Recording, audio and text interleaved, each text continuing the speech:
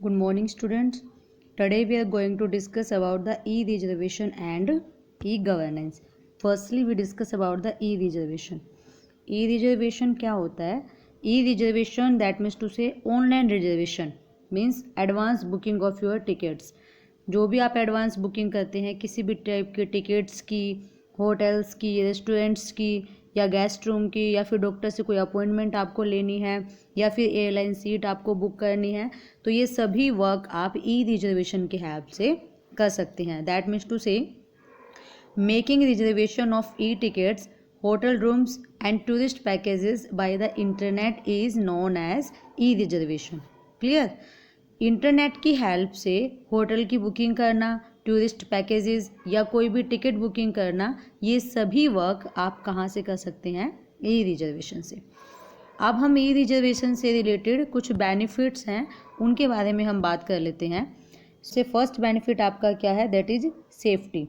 That means to say कि ई reservation से जब हम कोई भी टिकट बुक करते हैं तो आप उसको डायरेक्टली अपने मोबाइल या फिर अपने कंपनी के डाटाबेस के अंदर सेव कर सकते हैं, और अगर आप चाहें तो उसको ईमेल आईडी पर भी सेव कर सकते हैं. और अगर हमें टिकट को कैंसिल भी करवाना है तो भी हमें कोई प्रॉब्लम नहीं होती. हम ईजिली ऑनलाइन उसी साइट से जाकर अपनी टिकट को कैंसिल भी करवा सकते हैं. दैट मीन्स टू से कि आपके लिए जो टिकट बुकिंग का ये प्रोसेस है वो सबसे ज़्यादा बेस्ट है, बिकॉज इसके लिए आपको ना तो कहीं जाने की नीड होती है और ना ही उसकी हार्ड कॉपी आपको कैरी करने की नीड होती है. अगर आपके पास हार्ड कॉपी गुम हो गई है या नहीं है तो भी आप अपने मोबाइल से अपनी टिकट की जो बुकिंग की कंफर्मेशन है वो दिखाकर अपनी सीट को ले सकते हैं. क्लियर? सेकंड हम बात करते हैं easy e ticket.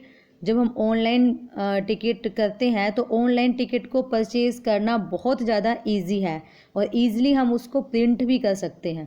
That means to से अगर मान लो आपका जो प्रिंट आउट है वो लॉस हो जाए, आपके पास नहीं है, आपसे गुम हो जाए, तो भी आपके लिए कोई प्रॉब्लम नहीं होगी, बिकॉज उसकी सॉफ्ट कॉपी तो आपके मोबाइल में होती ही है. और सेकेंडली ईमेल पे तो मैसेज जाता ही है जिसको दिखा के आप अपनी कंफर्मेशन क्लियर कर सकते हैं.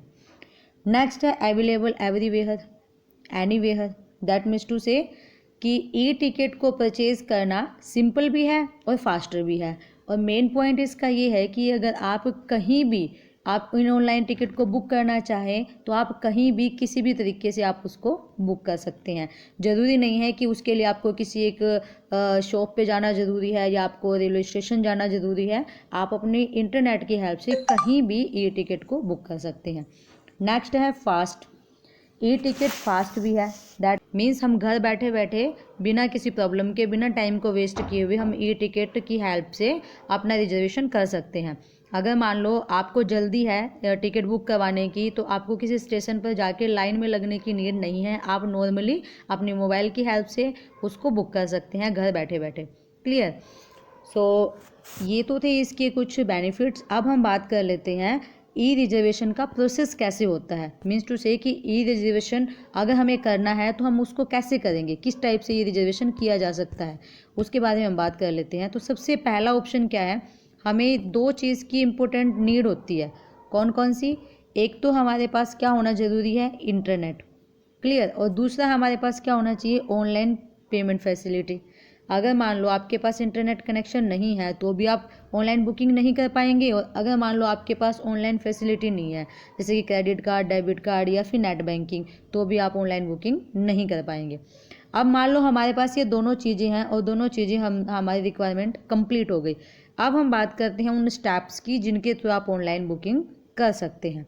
सो सबसे पहले हम बात करते हैं log in to a site that is provided the e reservation facility. That means to say कि आपको जो ई रिजर्वेशन की बुकिंग करनी है उसके लिए उस साइट पर लॉगिन करना ज़रूरी है. उस साइट पर आपको सबसे पहले लॉगिन करना होगा जिस पर भी आप वो बुकिंग, जिस साइट के थ्रू आप वो बुकिंग करना चाहते हैं. क्लियर? अब हमने लॉगिन कर लिया किसी भी साइट पर जिस पे भी हमें लॉगिन बुकिंग करनी थी. सेकंड स्टेप क्या है? Provide the details about the day, time and seating type. That means to say अब आपको डिटेल्स यहाँ पे उसके अंदर फिल करनी होगी साइट पर कि जो आप टिकट कर रहे हैं वो किस डे की है, किस टाइम की है और किस टाइप की आपको सीट वहाँ पर चाहिए. तो वो इन्फॉर्मेशन डालने के बाद आपको क्या करना है? जो वेबसाइट है वो आपको चॉइस देगी डिफरेंट डिफरेंट टाइप की, कि आपको इस डे की भी टिकट मिल रही है, इस ट्रेन की टिकट मिल रही है, इस टाइम की मिल रही है, और इस लोअर केस या अपर केस टाइप की टिकट आपको मिल रही है। तो आपको देखना होगा कि आपके लिए कौन सी ज़्यादा बेनिफिट है, उनमें से आपको चूज करना है, और चूज करने के बाद आपको क्या करना है, अपनी इन्फॉर्मेशन को क्या करना है, सबमिट करना है। अब कंप्लीट इन्फॉर्मेशन सबमिट होने के बाद अब मेन बात आती है किसकी, आपकी पेमेंट की। अब आपको क्या करना है नेक्स्ट पॉइंट में, पेमेंट मोड, कि आपको पेमेंट करनी है, आप वो चाहे क्रेडिट कार्ड के थ्रू करें या आप डेबिट कार्ड के थ्रू करें, या अगर आपके पास मान लो नेट बैंकिंग है तो आप नेट बैंकिंग के थ्रू करें। तो आपको यहाँ पे पेमेंट करनी है। पेमेंट होने के बाद, पेमेंट की कंफर्मेशन होने के बाद आपकी जो प्रोसेस चलेगी, उस प्रोसेस के बाद आपकी उस साइट के थ्रू आपके पास आपकी विंडो स्क्रीन के ऊपर एक मैसेज आएगा जो आपको ई टिकट प्रोवाइड करेगा। उस ई टिकट को आप अपने मोबाइल में सेव कर सकते हैं, और आप चाहें तो अपनी ईमेल आईडी पर भी उसको सेंड कर सकते हैं। क्लियर? सो ये तो थे आपके कुछ ई रिजर्वेशन के पॉइंट्स कि किन के थ्रू आप उन ई रिजर्वेशन को कंप्लीट कर सकते हैं। अब नेक्स्ट टॉपिक की हम बात करते हैं, और नेक्स्ट टॉपिक हमारा कौन सा है, ई गवर्नेंस। ये देखिए, ई गवर्नेंस क्या होता है, दैट मीन्स टू से ई गवर्नेंस, जो गवर्नमेंट हमें डिफरेंट डिफरेंट टाइप की सर्विसेज देती है, उनकी कंप्लीट इन्फॉर्मेशन आपको मिलती है ई गवर्नेंस ऑप्शन में। अब हम ई गवर्नेंस को स्टडी करने से पहले एक लेटर की बात करते हैं जो नॉर्मली हमें सभी साइट्स के साथ यूज़ करते हैं हम, जिसका वो लेटर आपका कौन सा है, this e letter. Clear? E letter, ये लेटर है जो आपका ई गवर्नेंस, ई शॉपिंग या फिर ई कॉमर्स, इस टाइप से हर सर्विस के साथ यूज होता है। इसका क्या मीनिंग हुआ, इस लेटर का मीनिंग होता है 24/7 सर्विसेज। दैट मीन्स टू से ऐसी सर्विस जो आपको 24 hour in a day, 7 days in a week and 365 days in a year provide होती है। मीन्स टू से ये एवरी टाइम और एवरीवेयर आपको मिलती है। तो वो सर्विसेज होती हैं आपकी ई सर्विसेज। और सबसे पहले आज हम जो बात कर रहे हैं वो हमारी सर्विस कौन सी है, e governance. E governance services का क्या मीनिंग होता है, आप अपनी गवर्नमेंट से एवरी टाइम जब इंटरेक्ट करते हैं किसी एक सर्विस के थ्रू, वो होती है आपकी e governance application service. Clear? The interaction between the government and the citizen and interaction between the government and the businesses via electronically, यही होती है आपकी ई गवर्नेंस। गवर्नमेंट जितनी भी सर्विसेज हमें प्रोवाइड करती है, उन सभी सर्विसेज की कंप्लीट इन्फॉर्मेशन आप ई गवर्नमेंट साइट्स के थ्रू ले सकते हैं डायरेक्टली, और कहीं पे भी और किसी भी टाइम, बिकॉज आपको बोला गया है कि आपको 24/7 सर्विसेज प्रोवाइड करती है। सो अब यहाँ पर कुछ इम्पोर्टेंट गवर्नमेंट के प्रोजेक्ट हैं जिनके बारे में हम डिस्कस कर लेते हैं, जो मेनली आपको गवर्नमेंट प्रोवाइड करती है। ये देखिए, सबसे पहला आपका इनकम टैक्स पोर्टल। ये सभी पोर्टल हैं जो अलग अलग टाइप की गवर्नमेंट से रिलेटेड हमें इंफॉर्मेशन देते हैं। इनकम टैक्स पोर्टल आपका कौन सा होता है, जहां पर income tax return and TDS return को फिल कर सकते हैं, और टैक्स पेड और नोट पेड जितने भी आपने टैक्स हैं उनकी इन्फॉर्मेशन हम ले सकते हैं। और ये है इसका URL http://www.incometaxindia.government.in। नेक्स्ट जो है ये है आपका passport and visa division portal. इस पोर्टल के थ्रू आप क्या कर सकते हैं, नॉर्मली ये कौन सा पोर्टल है, ये आपका एक पासपोर्ट इंडियन पोर्टल है, जिसको आप बोल सकते हैं कि ये इंडियन पासपोर्ट ऑफिस भी है। इंडियन जितने भी पीपल्स होते हैं वो कंप्लीट वीज़ा से रिलेटेड और पासपोर्ट से रिलेटेड इन्फॉर्मेशन इस पोर्टल के थ्रू ले सकते हैं। और URL क्या है इस पोर्टल का, http://passport.government.in। थर्ड है आपका नेशनल पोर्टल ऑफ इंडिया। यह एक ऐसा पोर्टल है जहां पर उन सभी सर्विसेज की इन्फॉर्मेशन आप ले सकते हैं जो इंडियन गवर्नमेंट प्रोवाइड करती है। कोई भी टाइप की इन्फॉर्मेशन जो इंडियन गवर्नमेंट आपको देती है, वो सभी इन्फॉर्मेशन आपको कौन सी पोर्टल पर मिलेंगी, india.government.in के अंदर। क्लियर? नेक्स्ट है आपका DRDO। DRDO more than 50 laboratories का एक बहुत बड़ा नेटवर्क है, और जो आपको बहुत ही ज़्यादा डिफरेंट टाइप की सर्विसेज प्रोवाइड करता है। कौन कौन सी सर्विसेज, जैसे electronicals, engineering systems, instrumentations, advance computing, special material, life science, training information, missiles and agricultures, इन सभी चीज़ों की इंफॉर्मेशन आप DRDO साइट से ले सकते हैं। और URL क्या है, drdo.nic.in। नेक्स्ट है आपका supreme court of India. Supreme court of India एक ऐसी वेबसाइट या एक ऐसा पोर्टल है जहां पर आप कोर्ट की जजमेंट, केस की स्टडीज़ और उससे रिलेटेड सभी टाइप की न्यूज़ और इन्फॉर्मेशन आप ले सकते हैं। इसका URL कौन सा है, http://supremecourtofindia.nic.in। नेक्स्ट है आपका, अब ये एक ऐसा पोर्टल है, एक ऐसी साइट है जहाँ पर आप सभी जो हाई कोर्ट्स होते हैं उनकी ब्रांचेज जितनी भी हैं उन सभी की इन्फॉर्मेशन आप यहाँ पर ले सकते हैं।